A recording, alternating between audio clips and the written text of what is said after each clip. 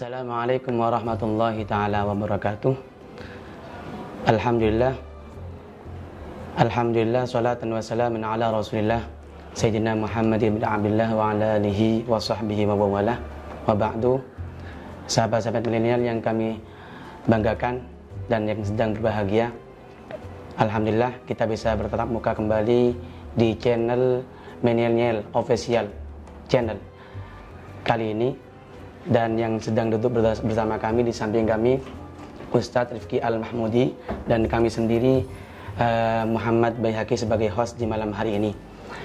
Bagaimana kabarnya Gus? Alhamdulillah sehat. Sehat G. Jadi ada tema yang mau kita bahas di malam hari ini Gus, tentang misteri jodoh. Jodoh yang sebagai misteri bagi para pemuda-pemudi zaman sekarang ini Gus. Mungkin banyak di kalangan kita maupun juga kawan-kawan sebaya kita ataupun juga di bawah jenengan yang sampai sekarang belum menemukan jodoh, atau mungkin kebanyakan sebagaimana santri di pesantren terlalu lama bermukim di pesantren, lama sampai lupa mungkin dan menemukan jodoh-jodoh juga. Jadi mungkin jenengan punya apa enggak doa ataupun juga tips cepat dapat jodoh? Tips cepat dapat jodoh. Doa atau tips cepat dapat jodoh. Jadi memang itu pertanyaan yang memang sering mengemuka, khususnya untuk para thalibul ilm yang kadang mereka dihadapkan pada satu dilema antara melanjutkan studi atau nikah terlebih dahulu, semacam itu. Iya. Ada hal yang ingin kami ketengahkan, bahwa sebenarnya Ustadz Baihaqi, nikah itu bukan soal siapa yang lebih dulu. Nikah itu hanya tentang masalah waktu. Ya. Kemudian nikah itu juga bukan hanya sekedar dengan siapa, tapi nikah itu juga harus siap jika disandingkan dengan siapa. Ya. Jadi itu mungkin perlu kita sepakati bersama, ya kan? Hingga nantinya kemudian lanjut setelah itu kita ada satu doa, di mana doa ini kalau menurut saya cukup apa istilahnya ya, dalam memberikan ungkapan rasa keinginan kita untuk memberikan jodoh itu, agar segera diberikan jodoh oleh Allah itu betul-betul diberi kemudahan. Doa itu memberikan satu gambaran bahwa pertama, dia mengakui bahwa dia memang butuh untuk mendapatkan jodoh. Yang kedua, doa itu adalah sekaligus memberikan i'tiraf bahwa saya ini nggak punya apa-apa, saya ini lemah, saya ini punya kekurangan, jadi saya nggak mau milih jodoh, tapi tolong Allah yang pilihkan untuk saya. Pasrah penuh berarti. Pasrah penuh. Jadi doanya itu adalah Rabbana hablana zaujatan sholihatan ala ma tardha. Ya, poinnya di zaujatan sholihatan ala ma tardha. Jadi ya Allah, doa ini artinya adalah ya Allah, pasangkan saya dengan pasangan yang sholihah sesuai dengan yang kau ridhoi. Insyaallah. Ya. Kita kupas makna dari kata sholihah di situ. Sholihah itu mungkin yang pertama maknanya yang umum adalah makna solih, baik, ya kan, seperti anak soleh, istri solihah, kayak gitu kan, anak yang mungkin umum seperti itu ya. Tapi dibalik makna itu sebenarnya ada pemaknaan lain. Solih itu juga memiliki arti pantas. Jadi dengan doa itu seolah-olah orang yang berdoa itu apa istilahnya, menengadahkan tangan kepada Allah dengan seraya, ya Allah, inilah saya dengan segala kekurangan dan juga kelebihan saya. Maka tolong ya Allah, berikan kepada saya pasangan yang bisa melengkapi kekurangan saya dan juga bisa mengimbangi kelebihan saya. Nah, itu doa itu. Jadi kalau menurut saya doa itu apa ya istilahnya ya, doa yang jauh dari kesan kita mendikte ya, mendikte Allah gitu kan. Sudahlah, kita butuh untuk berpasangan sebagai ikut ittiba sunnah Rasul dan lain sebagainya. Tapi untuk masalah kriterianya mungkin sudah kita pasrahkan kepada Allah seperti apa.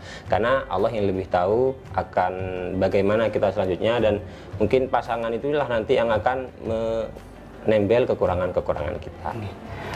Jadi dalam salah satu takribnya terhadap kitab Budurus Sa'adah, fi ma yutlabu inda nikah wal haml wal wiladah. Di situ Al-Habib Salim bin Abdullah bin Umar Asy-Syatiri memberikan satu tips bahwa di antara doa yang mujarrab untuk apa istilahnya teman-teman yang ingin segera mendapatkan jodoh itu adalah doa yang di Al-Qur'an termaktub tentang doa kisah Nabiullah Musa dengan putri Nabiullah Syuaib.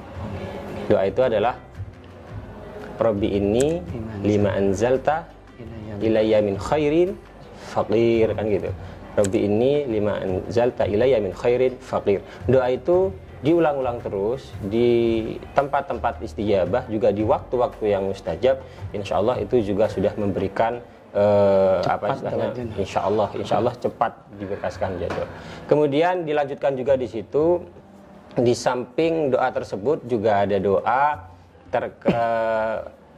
tips juga dari Habib Salim.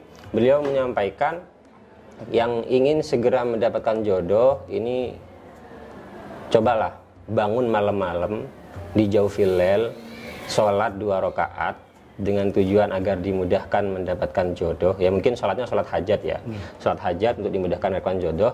Setelah sholat itu kemudian membaca doa ya Aliyu sebanyak 70.000 kali. Ya Aliyu sebanyak 70.000 kali. Insya Allah itu juga akan dimudahkan untuk mendapatkan jodoh. Mungkin kriteria jodoh yang patut dan pantas untuk dijadikan sebagai jodoh idaman bagaimana? Iya, jodoh yang idaman ya. Jodoh yang idaman kan sebenarnya pakemnya sudah ada dalam hadis. Tungkalhul mar'atu bi arba'in, kan gitu ya. Pertama apa? Maliha, kemudian jamaliha, hasabiha, walidiniha. Yang walidiniha ini disebutkan terakhir. Itu sebenarnya kriteria untuk pasangan yang ideal kalau menurut saya. Pasangan ideal itu tentunya kalau bisa dapat yang komplit keempat-empatnya itu anugerah yang luar biasa. Mudah-mudahan juga iya kan? Dengan sama saya termasuk masuk bagian luar biasa. Amin. Jadi semoga yang komplit 4 itu kalau misalkan betul-betul kita dapat semua, yang hasab, kemudian mal, kemudian juga jamal, serta kemudian juga yang din gitu kan, itu luar biasa. Tapi seandainya pun kriteria minimal ideal gitu kan. Jadi kan yang paling ideal. Jadi kriteria minimal ideal paling tidak ini yang terakhir ini, yang din. Fadfar bidatid din taribat yadak. Mungkin Gus, ini kan persoalan masalah jodoh. Terkadang ada yang sholihah. Ini sebagai bentuk tambahan saja. Cuman ternyata biru jamilah. Ini sikap kita gimana? Kan dilema terkadang bagi kita. Sholihah biru jamilah. Ini pas banget sebenarnya.